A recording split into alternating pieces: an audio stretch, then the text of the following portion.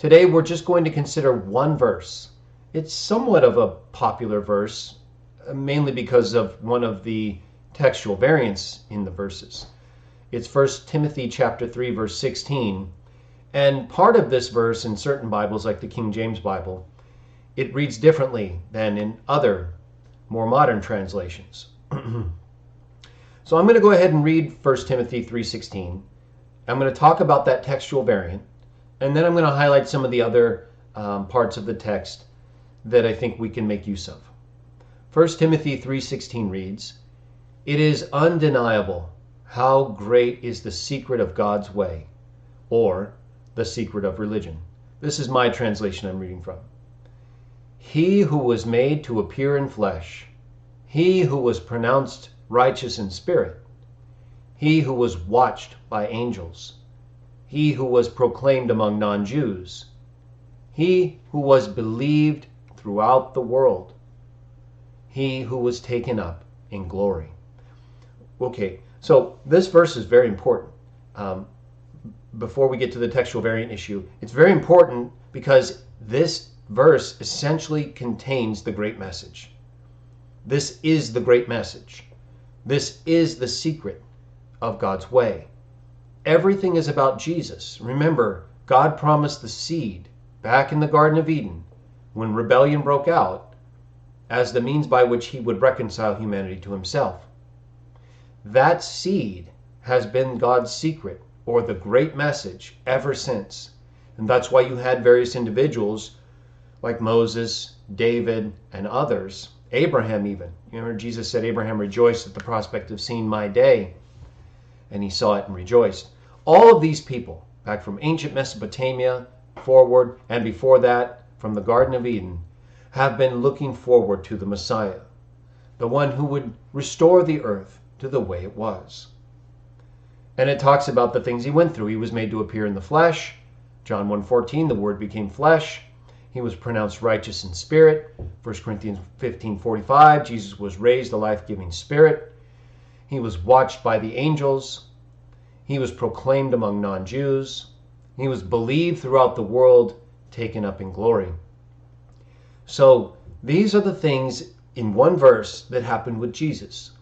And if you can remember this one verse, 1 Timothy 3:16, it's a good way to present to others the great message because it summarizes everything that you can then tie to the seed foretold by John in the Garden of Eden, then to all the different messianic texts that come about thereafter, all the way up until Jesus' birth.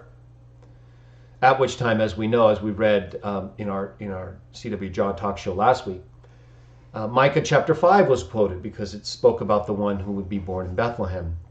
But that text in Micah was written before Jesus was born, as we have evidenced in the Dead Sea Scrolls. And that text talks about how Jesus' origins are from ancient times, not just from the time he was born in Bethlehem. And this is why David in Psalm 110:1 calls his son, the Messiah, his Lord, because he's more than just his son, which is exactly what Jesus told the Jews when he was debating with them about the Messiah. Okay, so now let's get to this textual variant here.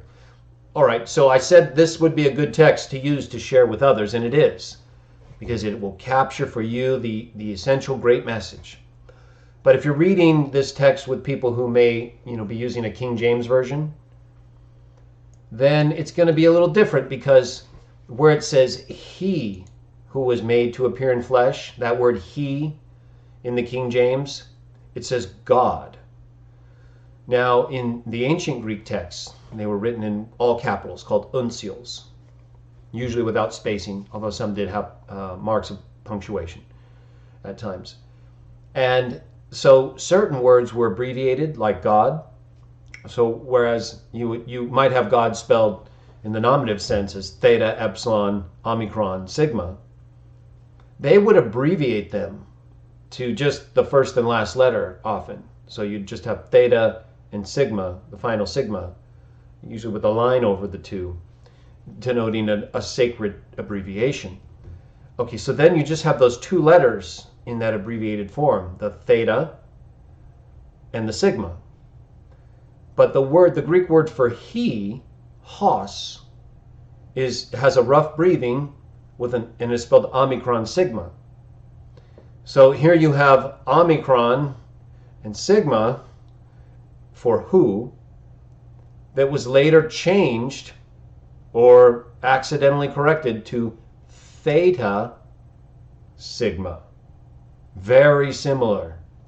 However, there's no first-hand uncial or capital Greek letter manuscript that contains the reading Theta Sigma, or God, earlier than the 8th or 9th century.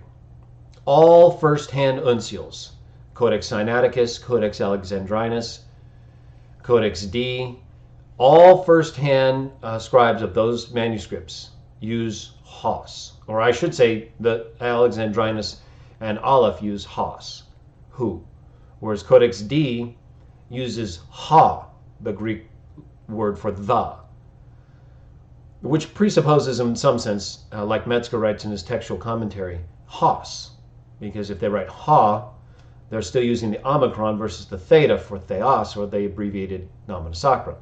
Okay, so that's why we use Codex D as more in support of the reading Hos, because it seems to be what it was indicating versus Theos by its use of Omicron, or just as a part of the reading Hos that wasn't completed. Either way, Codex D is more in support of Hos than it is Theos.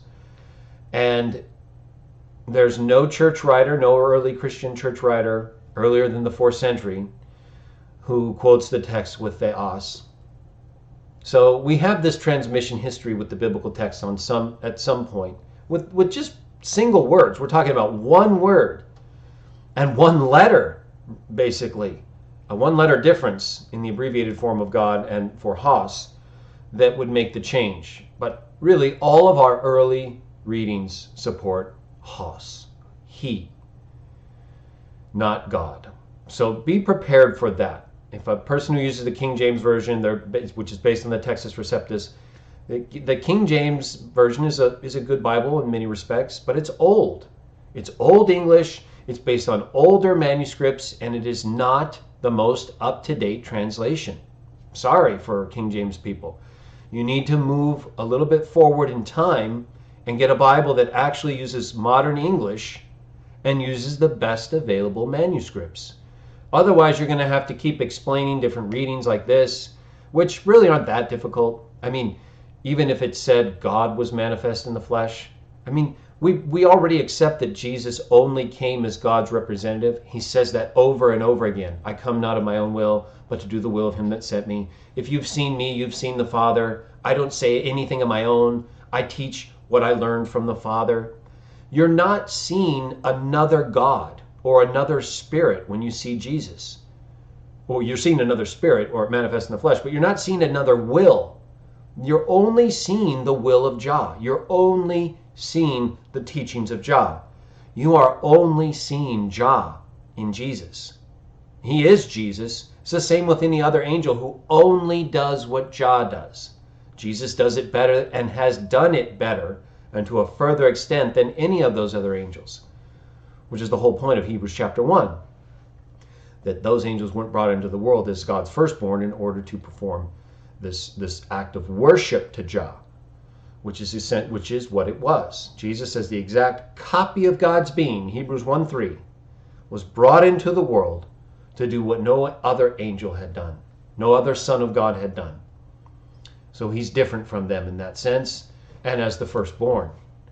So, but nevertheless, when we see Jesus, we are seeing Jah. There's no difference. He has all the authority of Jah, but he's just not the Father. He's not Jah in the direct, absolute sense. He has to be one who is Jah because he copies Jah. He follows what Jah does. He does everything Jah does. So even in a temporal sense, unless the Father does it first, the Son doesn't act.